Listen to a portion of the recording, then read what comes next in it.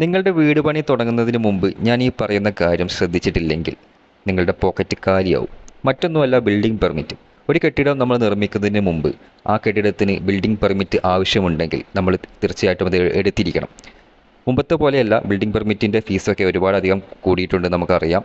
അപ്പോൾ പെർമിറ്റ് എടുക്കാതെ നിങ്ങൾ ബിൽഡിംഗ് പണി തുടങ്ങിക്കഴിഞ്ഞാൽ പിന്നീട് നമ്പറിങ്ങിന് വേണ്ടി കംപ്ലീഷൻ സർട്ടിഫിക്കറ്റിന് കൊടുക്കുമ്പോൾ നിങ്ങൾക്ക് മുമ്പുണ്ടായിരുന്ന ഫീസിനേക്കാൾ ഇരട്ടി ഫീസ് ഫൈനായിട്ട് കൊടുക്കേണ്ടി വരും.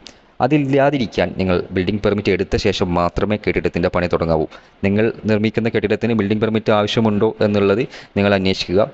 അങ്ങനെ അന്വേഷിച്ച ശേഷം ഒരു ലൈസൻസ്ഡ് എഞ്ചിനീയറെ കണ്ടിട്ട് നിങ്ങളുടെ നിർമ്മിക്കാൻ ഉദ്ദേശിക്കുന്ന കെട്ടിടത്തിൻ്റെ പെർമിറ്റ് ഡ്രോയിങ്ങും സൈറ്റ് പ്ലാനും കാര്യങ്ങളെല്ലാം നിങ്ങൾ ഉൾപ്പെടുത്തി പഞ്ചായത്തിലോട്ടോ മുനിസിപ്പാലിറ്റിയിലോ ഒരു അപേക്ഷ കൊടുക്കുക.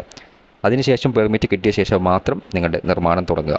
അപ്പോൾ അടുത്ത ഒരു വീഡിയോയിൽ ഇതിൻ്റെ പെർമിറ്റ് ഫീസ് എങ്ങനെയൊക്കെയാണ് ഫൈൻ വരിക എന്നുള്ളത് നമുക്ക് പറയാം.